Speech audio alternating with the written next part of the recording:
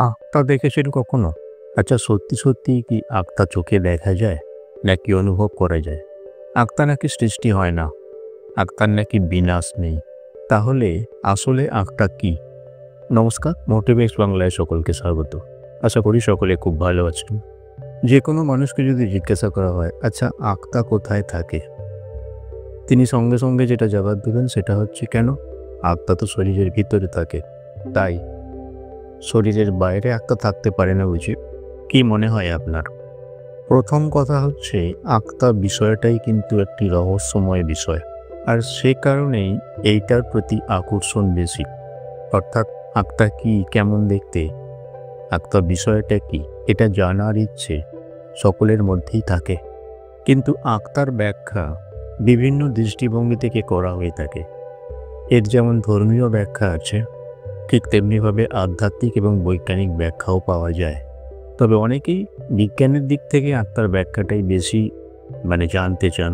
তবে এই বৈজ্ঞানিক ব্যাখ্যার বিষয়টা সবশেষে আলোচনা করছে।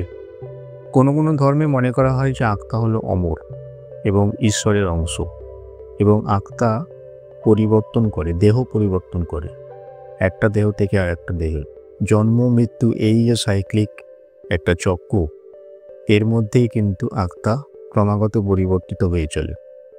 মোক্ষ হচ্ছে সেই জিনিস যেখানে এই চক্রটা ব্রেক হয়, অর্থাৎ আত্মার মুক্তি ঘটে। আবার কোনো ধর্মে মনে করা হয় সব কিছুই পরিবর্তনশীল, এই আমি বা আত্মা এই জাতীয় চিরস্থায়ী কোনো কিছুই নেই। কেউ বলেন আত্মা হচ্ছে ঈশ্বরের সৃষ্টি, মানুষ মারা গেলে সে হয় স্বর্গ কিংবা নরকে যায়, এবং সেটা তার কর্মফলের ভিত্তিতেই হোক এবং ঈশ্বরের বিচারের ভিত্তিতে।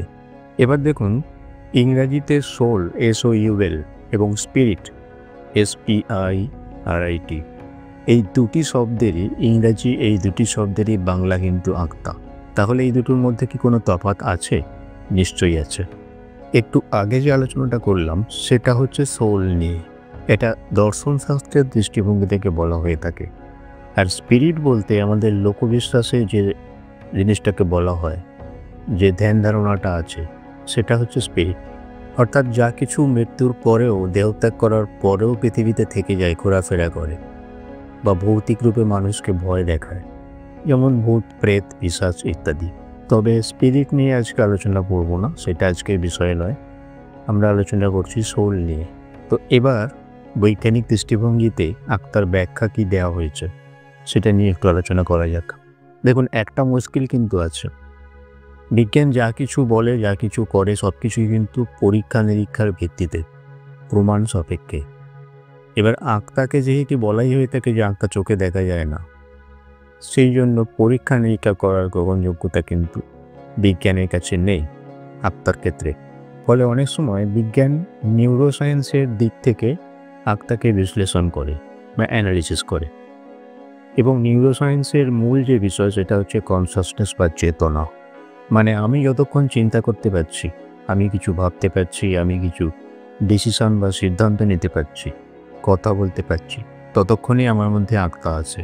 এটা কি বলা হচ্ছে চেতনা।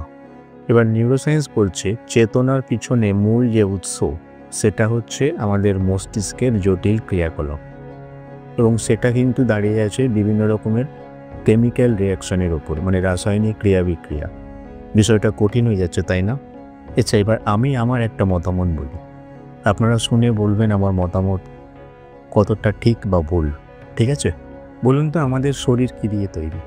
খুব স্বাভাবিক, পৃথিবীতে যে সমস্ত মৌলগুলো পাওয়া যায়, অর্থাৎ পটাশিয়াম, সোডিয়াম, ম্যাগনেসিয়াম, জল অর্থাৎ হাইড্রোজেন, অক্সিজেন এবং আরও অনেক কিছু নিয়েই তৈরি, তাই তো? আর একটা জিনিস কিন্তু খেয়াল করে দেখবেন, এই সমস্ত জিনিস কিন্তু নষ্ট হয় না। এই পৃথিবীর মধ্যে, এই পরিবেশের মধ্যেই কিন্তু বায়ুর সাথে সেটা মিশে থাকতেই পারে।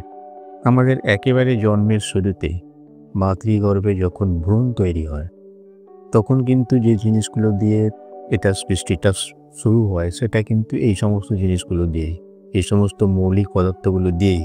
তারপর ভূমিষ্ঠ হওয়ার পর আমাদের শরীর বেড়ে ওঠে, আমরা খাদ্য গ্রহণ করি, তাই তো?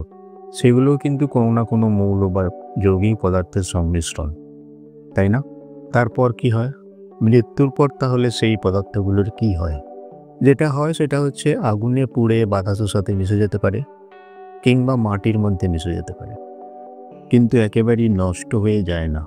পৃথিবীর জিনিস পৃথিবীতেই ফিরে আসে। আবার এই কথাটাই বলা হয় যে আত্মার কোনো সৃষ্টি নেই, আত্মার কোনো বিনাশ নেই। তাহলে এবার ভেবে দেখুন, দিয়ে দিয়ে চার করা যায় কিনা। পৃথিবীর জিনিস পৃথিবীতেই থেকে যাচ্ছে, শুধু একটা শরীর থেকে আরেকটা শরীরে যাচ্ছে, রূপ বদলাচ্ছে। তার মানে এই সমস্ত মৌলগুলো দিয়েই আত্মার সৃষ্টি, আত্মা তৈরি হয়েছে, যার কোনো সৃষ্টি নেই, যার কোনো বিনাশ নেই। কি মনে হয় আপনার? অবশ্যই কমেন্টে লিখে জানাবেন। ভিডিও ভালো লেগে থাকলে অবশ্যই একটি লাইক দেবেন, আর চ্যানেলে নতুন হয়ে থাকলে সাবস্ক্রাইব করে রাখবেন এরকম আরও অনেক নিত্য নতুন ভিডিও পেতে। সবাই ভালো থাকুন, সুস্থ থাকুন, ভগবান সকলের মঙ্গল করুন। ধন্যবাদ, নমস্কার।